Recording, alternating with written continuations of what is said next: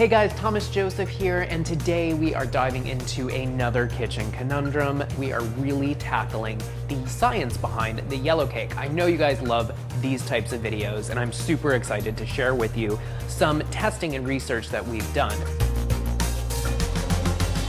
Most yellow cake recipes turn out like this. This is pretty common. It's a dense and buttery version of a yellow cake, something that has a very tight crumb to it, lots of structure, really durable, easy to cut into nice layers, perfectly acceptable. However, I personally like something that has a lighter texture to it, something that has an equal amount of flavor, but is a little bit more delicate and not so dense. And that's this version I have here in front of me. And this is our light and fluffy version. Now, we're using pretty much the same ingredients here. We have slight variations in quantity or in substitutions of ingredients, but the method overall is pretty much the same, and I'm gonna show you today how to make this version. So let's get started here.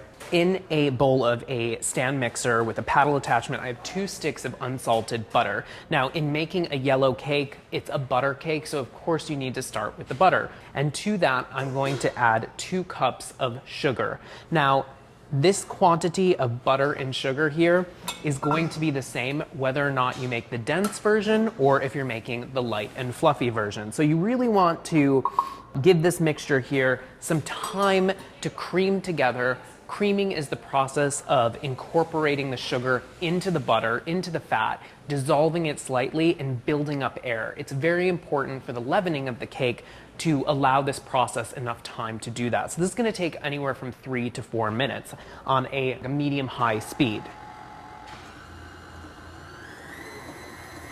In this recipe for the light and fluffy version, what you need to do is you need to separate your eggs. Separate the yolks from the whites. That's for the light and fluffy version. Now, if you were going to make the dense and buttery version, all you need to do is keep the eggs together, and you're gonna add whole eggs one at a time at this point. So, light and fluffy version, I'm just gonna add the yolks here at this stage with the mixer on low speed. And you wanna make sure you're adding the yolks one at a time. And this is really important in cake making. You don't want to overburden the butter sugar mixture with too much liquid at once, because what it's going to do is it's going to break the creamed mixture here and it's going to deflate the mixture. So adding your eggs, or your egg yolks in this case, one at a time is really important. Mixing after each addition.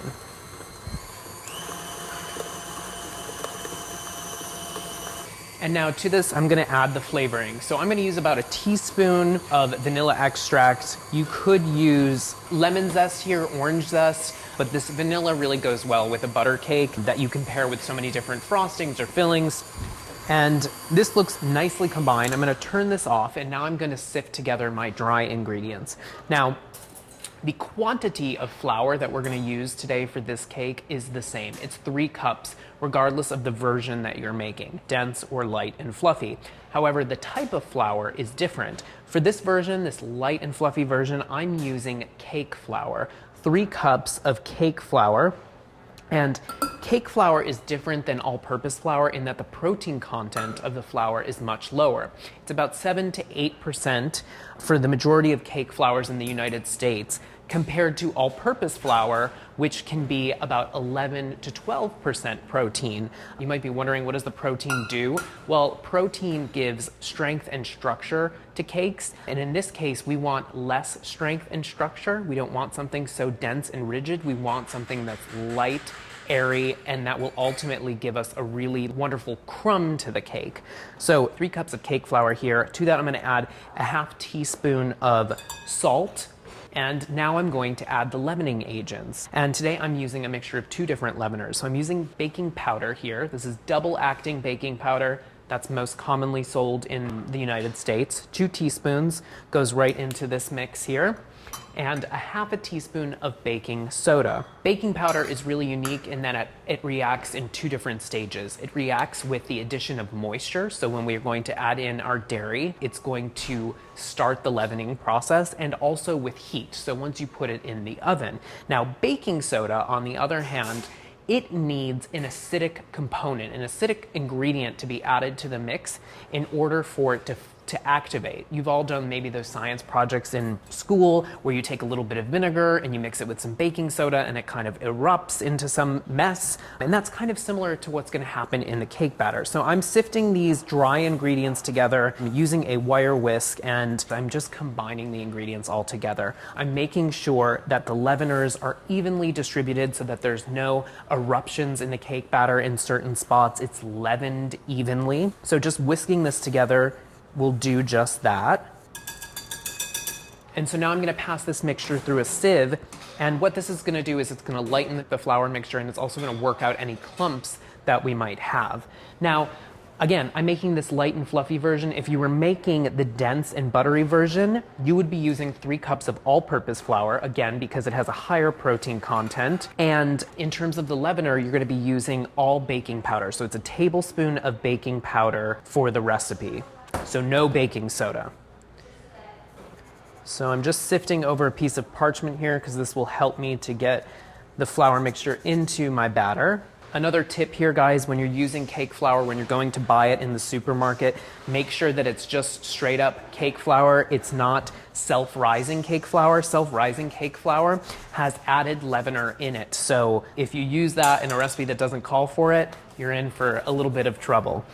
So now what I'm going to do is I'm going to add my flour mixture into the creamed butter and the eggs and the sugar along with the dairy product. So I'm using 1 cup of buttermilk here for this light and fluffy version. And the reason I'm using buttermilk here as opposed to the dense version, which is going to be just straight up whole milk, is because we've added baking soda to this recipe. Baking soda, it's going to react with the acidity in the buttermilk and add a whole nother layer of leavening. So again, we're kind of working on different layers of leavening to get the lightest and fluffiest cake possible.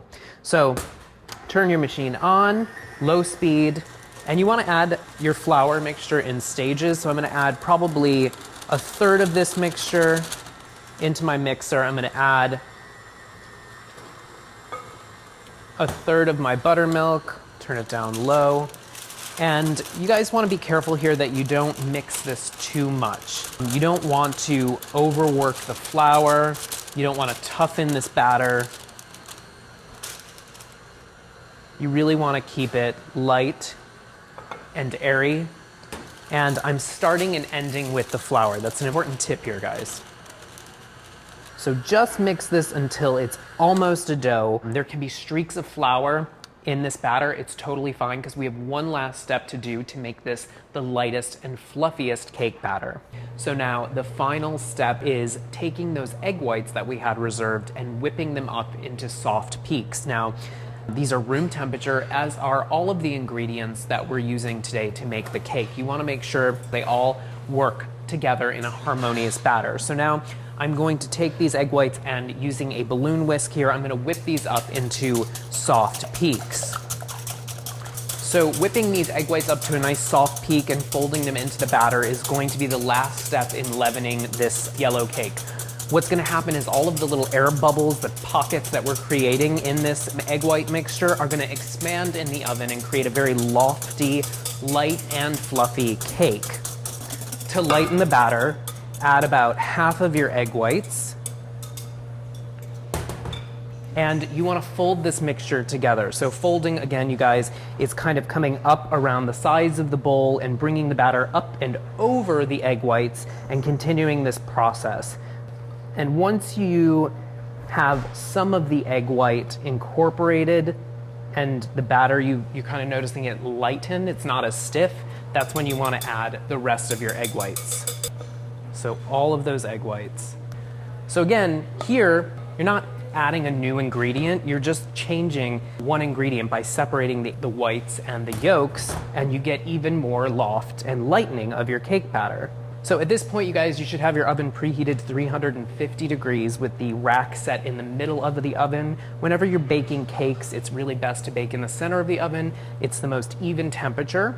And right beside me here, I have 2 9-inch cake pans that have been buttered and lightly floured. And there's a piece of parchment on the bottom of the pan as well. And this will help in getting the cake out nice and neatly. Won't stick to the bottom of the pan. And what I like to do, if you guys have a digital scale at home, this is the best time to use it because you can perfectly portion out your batter so that you know you'll have 2 even layers. So I'm gonna just pour this out here. You can see that the batter itself has a nice even texture. It's not broken at all, and that's because all of our ingredients were at room temperature and we added them gradually and we didn't overwhelm the batter at all to make it break. So this will bake up nice and evenly in the oven. Take an offset spatula and smooth this out into the corners of the pan.